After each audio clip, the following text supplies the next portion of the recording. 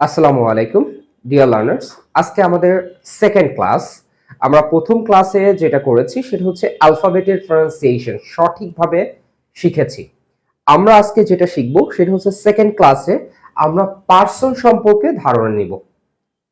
আমি কিন্তু প্রথম থেকেই বলেছি যে আমরা ধারাবাহিকভাবে প্রত্যেকটা ক্লাস শিখব, ঠিক যেভাবে একজন আগ্রহী মানুষ, আগ্রহী ব্যক্তি যে শিখতে চায় স্টার্টিং পয়েন্ট থেকে কিভাবে ইংলিশে কথা বলবে এবং একই সাথে কিভাবে আস্তে আস্তে ডেভেলপ করে আইএলটিএস এক্সামে ভালো করে তার স্বপ্ন পূরণ করবে। সো কথা না বাড়িয়ে আমরা যেটা বলছি সেটা হচ্ছে পার্সন। আমরা মোস্ট অফ দ্য টাইম যে আমরা এই তিন ধরনের পার্সন এখানে ব্যবহার করি। পার্সন শব্দের অর্থ বোঝায় হচ্ছে পুরুষ। আসলে আমি পুরুষ এখানে ব্যবহার করছি, পুরুষের সাথে ব্যক্তিও বলছি। সেটা হচ্ছে কিভাবে বুঝবো যে আমার জায়গায় আমি কথা বলছি, নর্মালি চিন্তা করবেন আমার জায়গায় আমি কথা বলছি, তার মানে আমি এখানে ফার্স্ট পারসন বা উত্তম পুরুষ বা প্রথম ব্যক্তি। সো আপনি শুনছেন, তার মানে আপনি এখানে সেকেন্ড পারসন।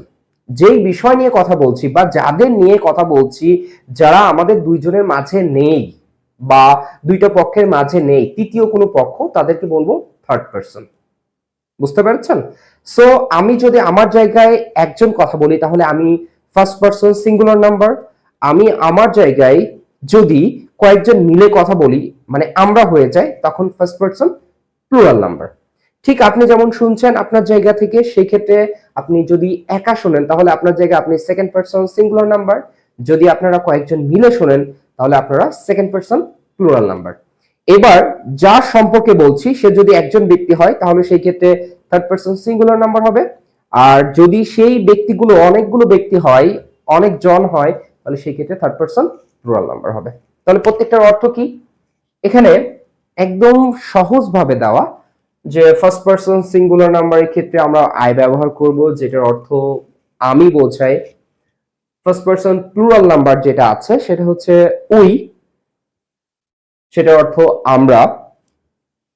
সেকেন্ড পারসন যেটা সেটা হচ্ছে ইউ। এই ইউ দ্বারা আমরা যেমন আপনি আপনারা বলতে পারি, একই সাথে তুই তোরা, তুমি তোমরা, এই জাতীয় সকল কথা আমরা সেকেন্ড পারসন ইউ দ্বারা ব্যক্ত করি। আমরা বাংলাতে যখন কথা বলি তখন সিচুয়েশন এবং সবকিছুর উপর ভিত্তি করে আলাদা আলাদা অভিব্যক্তি প্রকাশ করি। আপনি ব্যবহার করি, আপনারা ব্যবহার করি, তুই ব্যবহার করি, তোরা ব্যবহার করি, বাট ইংলিশে একটা মাত্রই ওয়ার্ড আছে, সেটা হচ্ছে ইউ। এই ইউ দ্বারাই আপনি তুমি তোমরা, আপনি আপনারা, তুই তোরা এই জাতীয় কথাকে বোঝাবেন। একই সাথে এই ইউ নিজেই সিঙ্গুলার, নিজেই প্লুরাল। এটা ব্যবহারের উপর ভিত্তি করে হবে। যখন আপনি কোনো একজন ব্যক্তিকে বলবেন তাহলে সেই ক্ষেত্রে ওই ব্যক্তিটি সিঙ্গুলার নাম্বার হবে। যখন আপনি অনেকজন ব্যক্তিকে বলবেন তাহলে ওই ব্যক্তিগুলো তখন প্লুরাল নাম্বার হবে। তার মানে সেকেন্ড পারসনে ইউ দ্বারা সিঙ্গুলার প্লুরাল উভয় বোঝায়। এবার আমরা কি করব, থার্ড পারসন। থার্ড পারসন আমি আবার বলছি কি, যে এই যে দুইটা পক্ষ গ্রুপ যারা কথোপকথন করছে, মানে ডিরেক্টলি আছে কনভারসেশনে, দুইটা পক্ষের বাইরে যারা আছে তাদেরকে থার্ড পারসন বলা হবে, বা নামমাত্র পুরুষ বলা হয় যাদেরকে, বা তৃতীয় ব্যক্তি, বা আমরা যাই বলি। সো এই ক্ষেত্রে আমরা কি বলছি, সিঙ্গুলারের ক্ষেত্রে হি সি, এটার অর্থ সে। আবার কোনো ব্যক্তি সিঙ্গুলার নাম, বস্তুর সিঙ্গুলার নাম, এগুলো সবই থার্ড পারসন। সেই ক্ষেত্রে আমরা থার্ড পারসন সিঙ্গুলার বলবো। আর যদি প্লুরাল বোঝাতে চাই তাহলে আমরা দেই ব্যবহার করব। কি ব্যবহার করব? দেই ব্যবহার করব। আমি কিন্তু আবার প্রথম থেকে বলার চেষ্টা করছি, পারসন আমরা একদম সহজ একটা বিষয় আমরা ভুলে যাই।